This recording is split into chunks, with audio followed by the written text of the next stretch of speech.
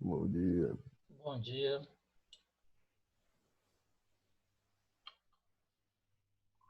Bom dia. Bom dia, pessoal. Vocês estão me ouvindo bem?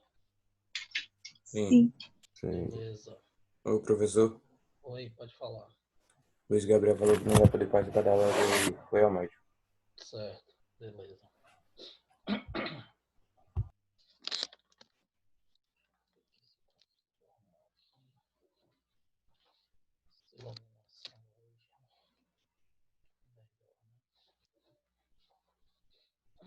Vamos lá, liguem as câmeras para ver vocês.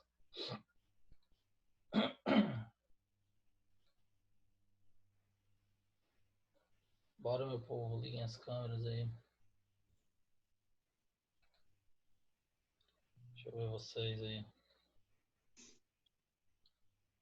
Bora, até agora só tô vendo tela preta aqui com o nome de vocês. Vamos lá.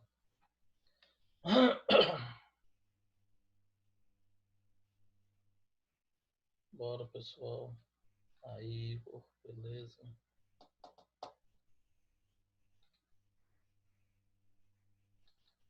Bora, meu povo, ligando as câmeras. Vamos lá.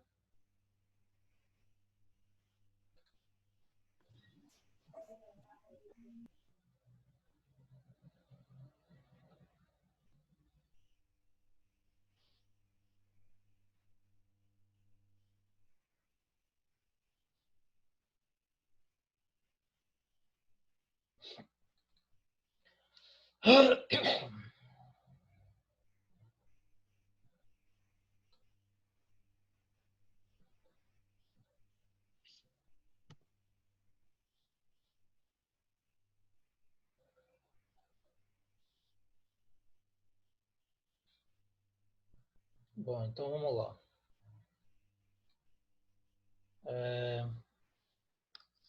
Bom dia a todos. Espero que vocês estejam bem. Vamos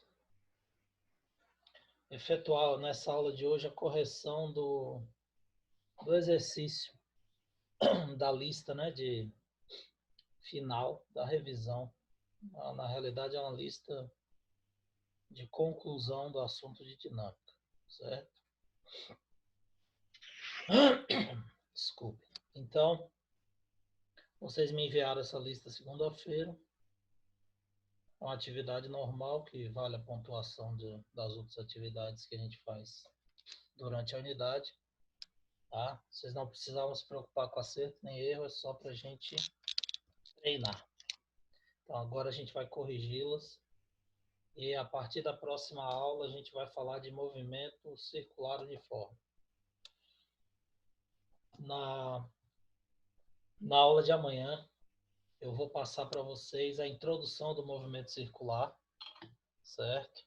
E na sexta-feira eu vou botar no Eclés uma aula teórica.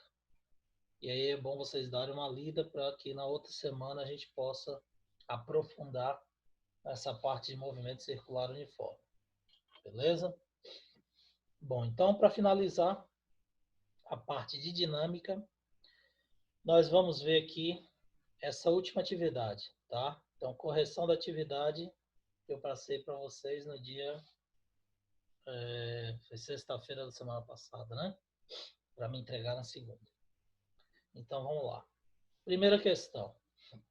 As estatísticas indicam que o uso do cinto de segurança deve ser obrigatório para prevenir lesões mais graves em motoristas e passageiros no caso de acidentes.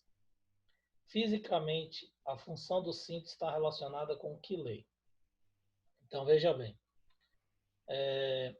O uso do cinto de segurança, assim como o encosto da cabeça no banco do automóvel, o apoio de cabeça, ele está relacionado com a primeira lei de Newton, que é a lei da inércia.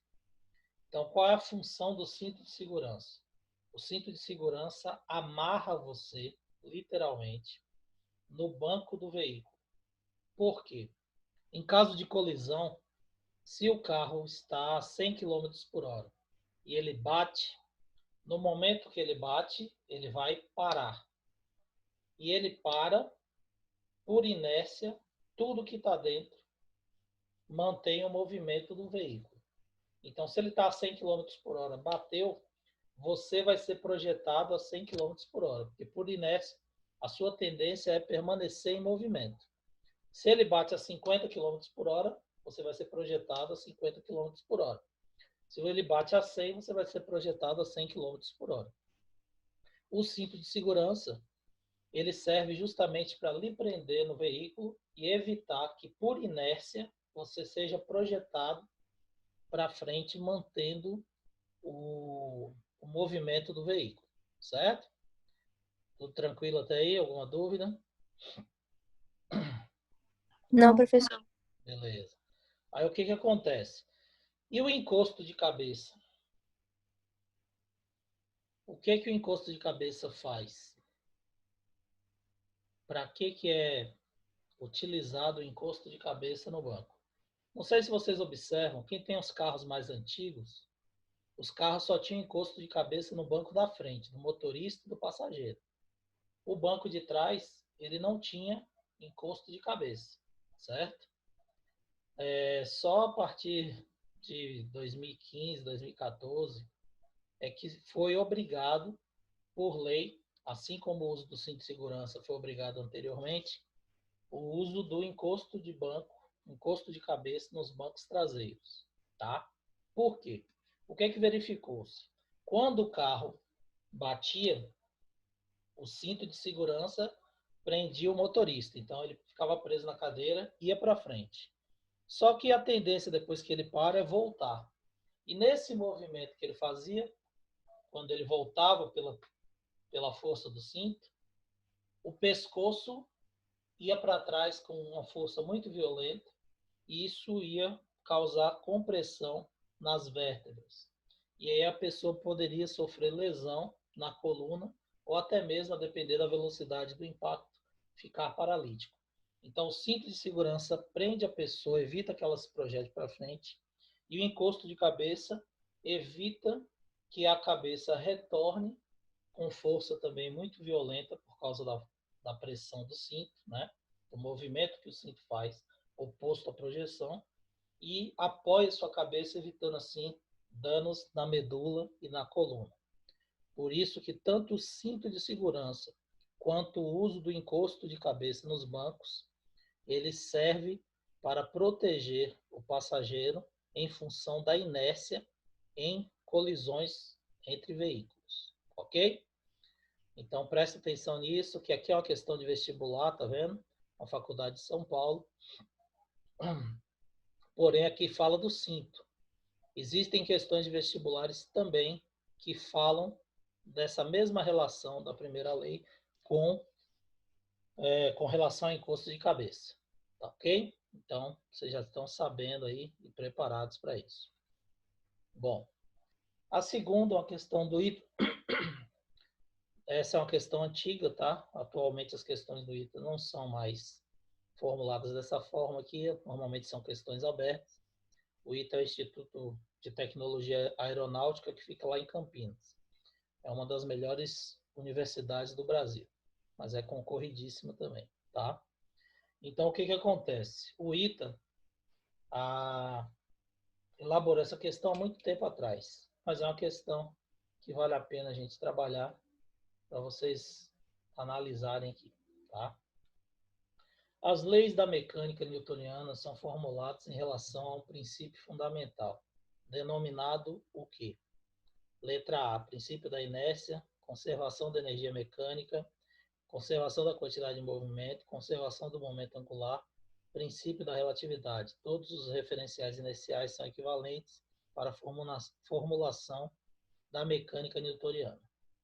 Então, apesar de ser uma questão simples, ela pode confundir os candidatos por causa do nível de dificuldade das questões do ITA. Essa é uma questão que é uma pegadinha. Por que pegadinha? Porque ela é tão simples que muitas vezes o aluno não acredita. O que eu disse para vocês no início? Eu disse que Galileu estabeleceu o princípio da inércia, né? Derrubando a teoria de Aristóteles que era necessária a aplicação de força constante para que houvesse movimento. Então, Galileu descobriu que bastava romper o atrito que o corpo permaneceria em movimento. Só que ele elaborou um princípio da inércia com um detalhezinho errado. Então, ele falou que se não houvesse força atuando no corpo, ou ele ficaria parado ou ele ficaria em movimento retilíneo. Porém, pode atuar forças no corpo e ele permanecer parado ou em movimento retilíneo. Então, Newton descobriu que é força resultante, tá? Então, todas as leis de Newton, então toda a mecânica é baseada no princípio de Galileu, que é o princípio da inércia, certo? O princípio da relatividade pode confundir aí os alunos. Então, o princípio da relatividade, todos os referenciais inerciais são equivalentes para a formulação da mecânica newtoniana. Você utiliza referenciais inerciais para a mecânica newtoniana, mas não são todos os referenciais que vão influenciar nessa análise mecânica. Por isso que a resposta correta é letra A, tá? Então, por exemplo, na dúvida, você vai optar pela questão que você tem mais convicção, certo? Teoria da relatividade é física moderna.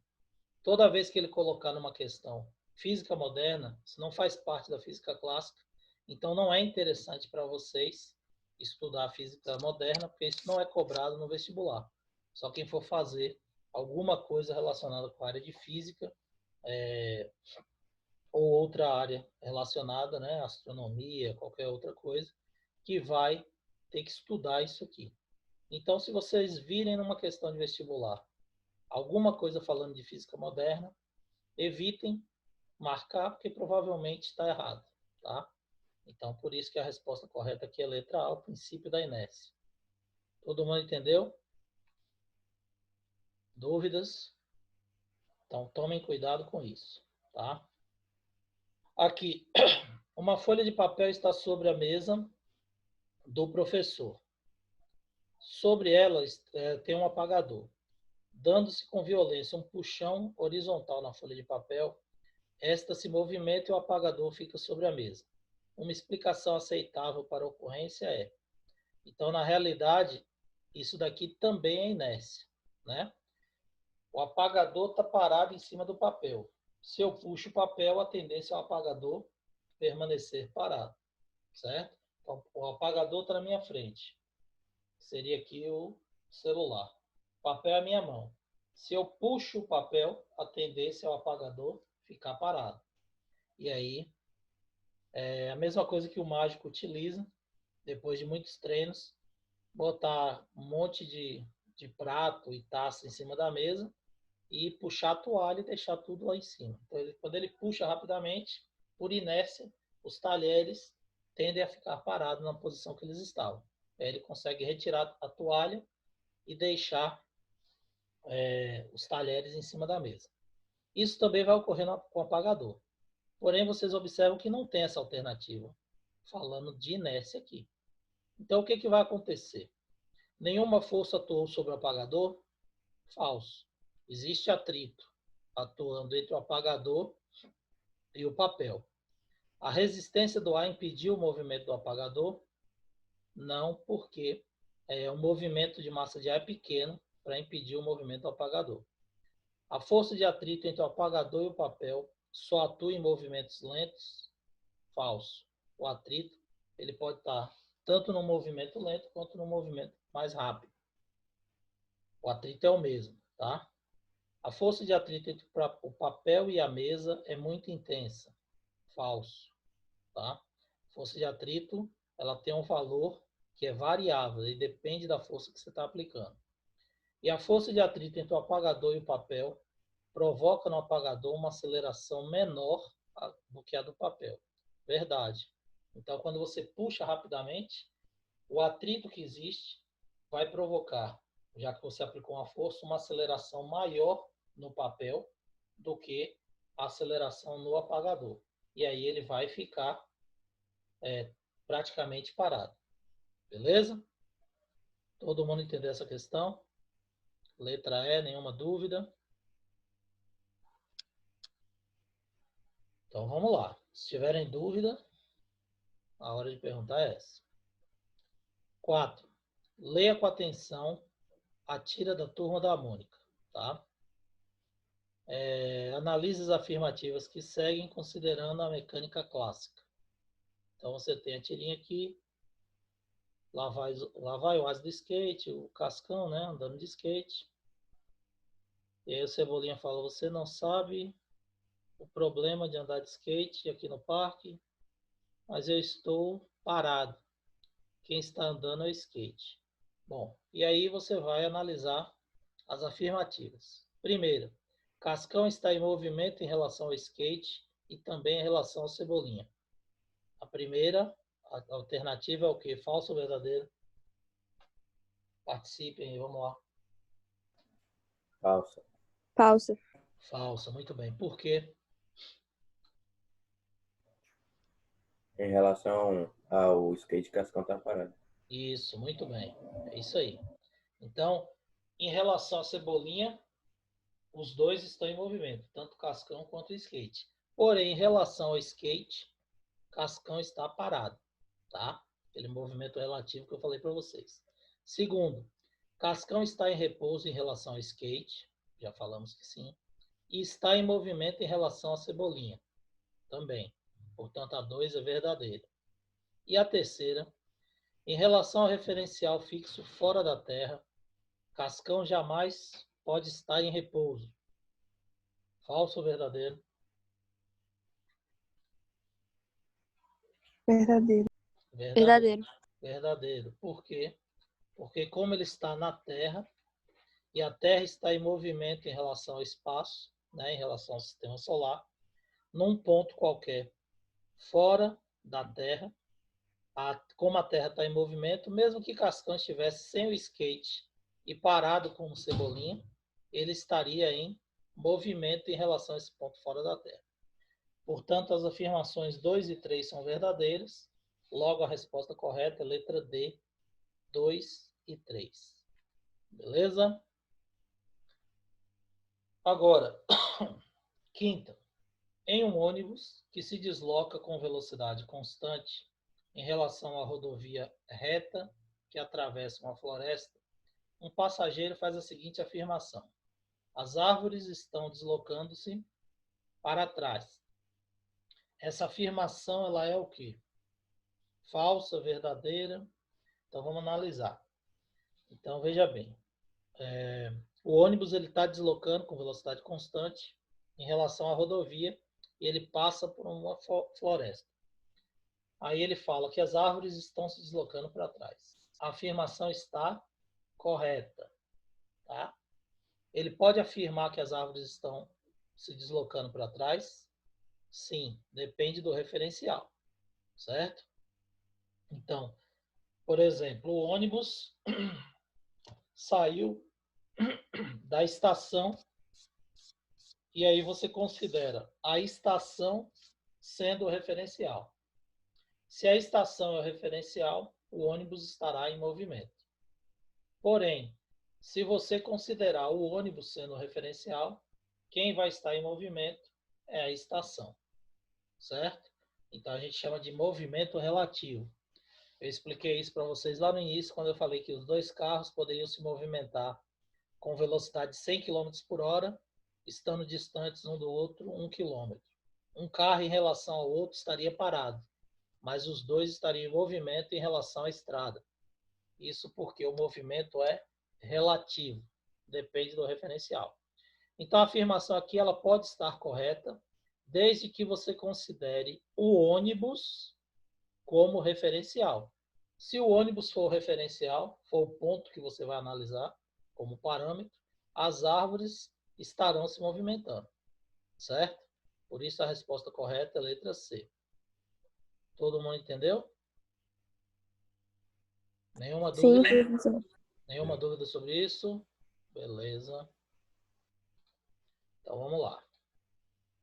Resposta correta, letra C. Agora, sexta. Classifique como verdadeira ou falsa as seguintes afirmações. Letra A. Um corpo livre de ação de forças está certamente em repouso. Falso. Por quê? Porque o corpo ele pode ter sofrido um impulso inicial, por exemplo, e se não houver atrito, a força-peso vai anular a ação da reação normal e ele vai estar livre de força resultante, mas ele estará em movimento retilíneo uniforme. Então cai na nossa primeira lei de Newton novamente, né?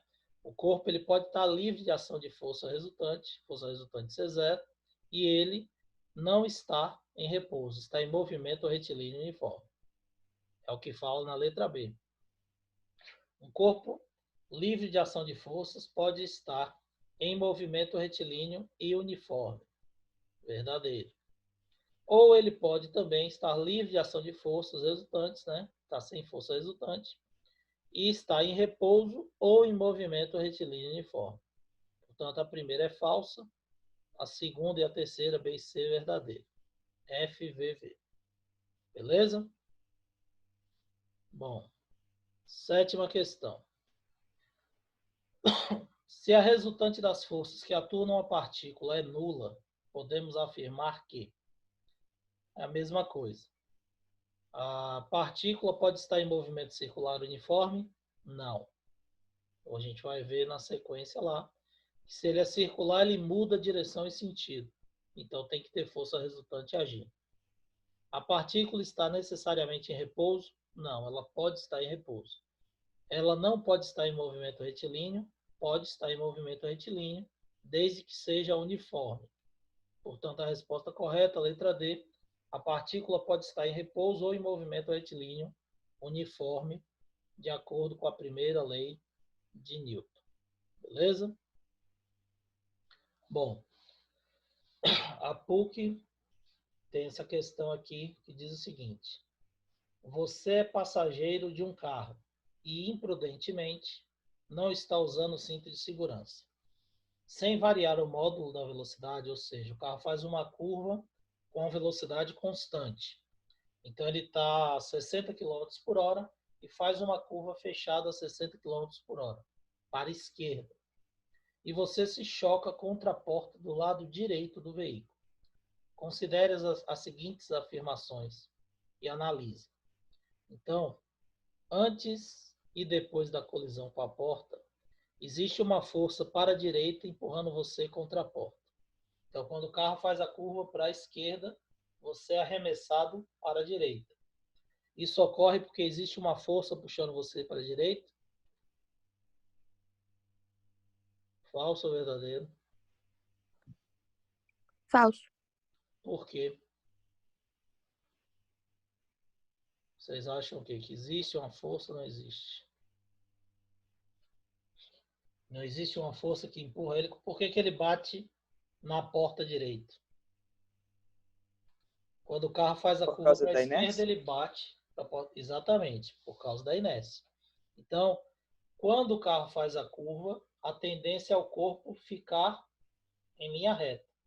Então, se o carro faz a curva para a esquerda, ele vai em linha reta e bate na porta direita do veículo, por inércia, tá? Agora, tome muito cuidado com isso, porque é o seguinte, aqui tem um ponto que eu quero chamar muito a atenção de vocês. Existia um erro conceitual, tá?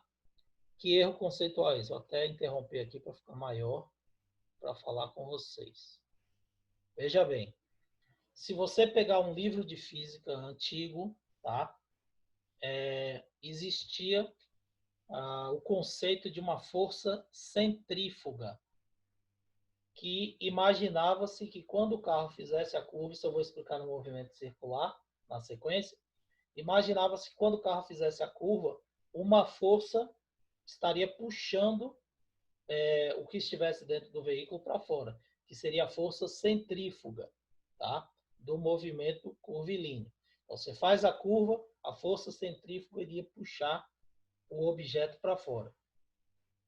Isso se você colocar, por exemplo, um copo cheio de água numa bandeja redonda e você começar a rodar a bandeja.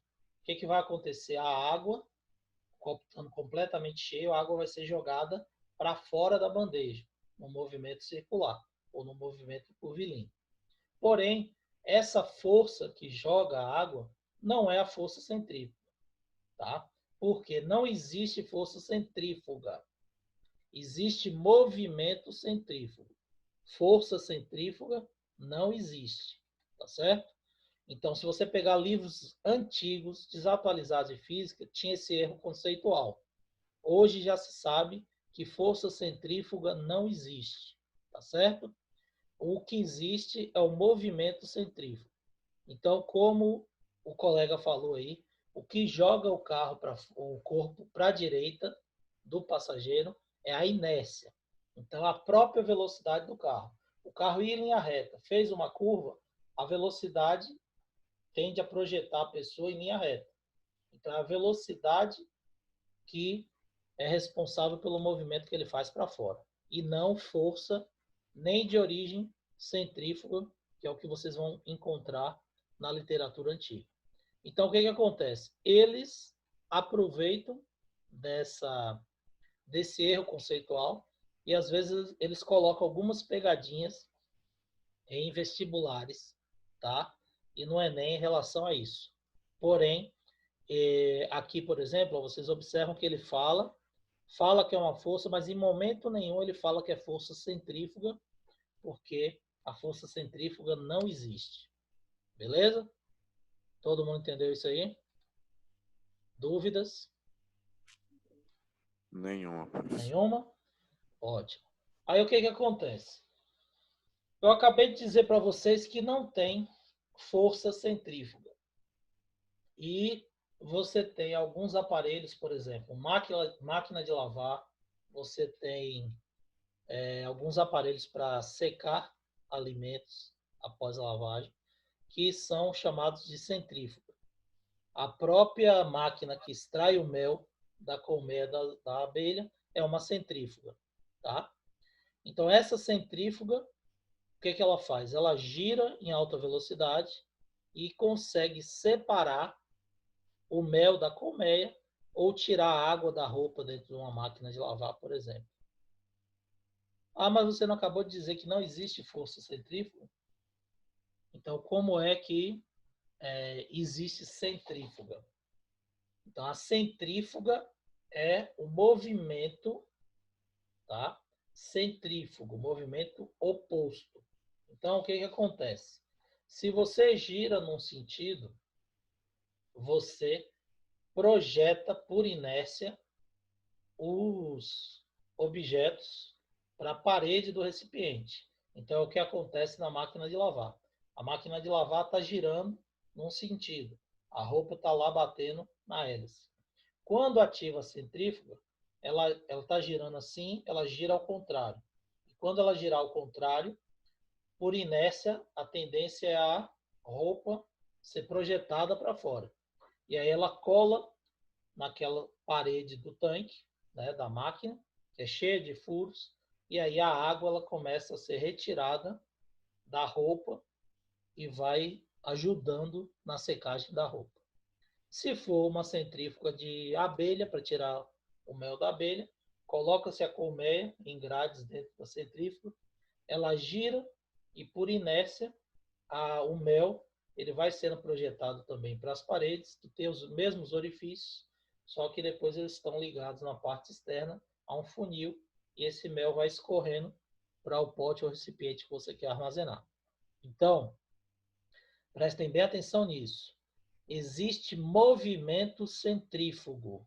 O movimento centrífugo, ele trabalha com a velocidade tangencial. Então, é a velocidade que joga os objetos para fora no movimento centrífugo e não força centrífuga como se imaginava antigamente. Beleza? Ficou claro isso aí, gente? Todo mundo entendeu? Nenhuma dúvida? Então, beleza. Não esqueçam disso. Então, vamos lá analisar as outras afirmativas. A primeira a gente já viu que é falso, né? A segunda, ele fala, por causa da lei da inércia, você tem a tendência de continuar em linha reta e modo que a porta que está fazendo a curva para a esquerda exerce uma força para a esquerda no momento da colisão, certo? Então, por inércia, realmente, a tendência é você continuar em linha reta. E como a porta está junto com o carro, movendo-se para a esquerda, ela vai exercer uma força sobre você para a esquerda. Por isso que você vai bater na porta direita do veículo. Mas essa força ela só existe no momento que você bate na parede, tá? Na parede não, desculpe, na porta do carro. Então, enquanto você está sendo deslocado, é a velocidade que te empurra para lá. E quando você bate na porta direita, existe uma força que está atuando para a esquerda. Lógico, você vai ser empurrado para a esquerda, porque você vai permanecer dentro do carro fazendo a curva. Lá no movimento circular, a gente vai ver que o nome dessa força é força centrípeta, ok?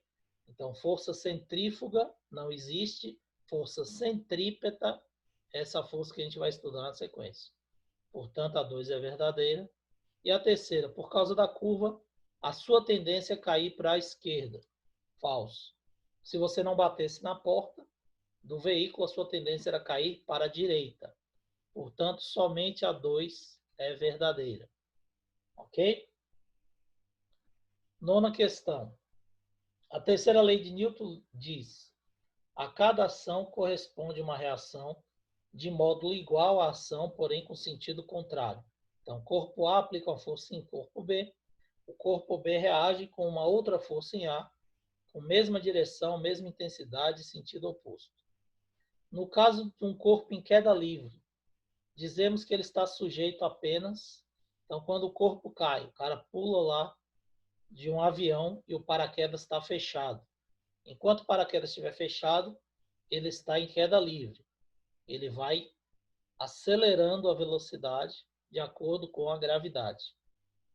Qual vai ser a força que ele está sujeito? A força de atração da Terra, certo? Então, não existe, nesse caso, outra força atuando no corpo. Ah, professor, existe ação e reação? Existe ação e reação. E qual é essa ação e reação? A força de atração da Terra no corpo e a força que o corpo atrai a Terra. Porém, o corpo é que cai, não a Terra que vai subir, porque a massa do corpo é infinitamente menor do que a massa da Terra. Portanto, a resposta correta é letra A, ok? Só existe a força de atração da Terra atuando no corpo. Existe reação? Existe. É a força de atração do corpo sobre a Terra. Essa seria a reação. Por isso que as demais afirmações estão erradas. Todo mundo entendeu? Dúvidas? Nenhuma. Ótimo, então. E a nossa última questão, ela fala o seguinte: quando o astronauta sai da sua nave, está no espaço, onde teoricamente não temos nada, é vácuo, como é que ele consegue se afastar ou se aproximar da aeronave?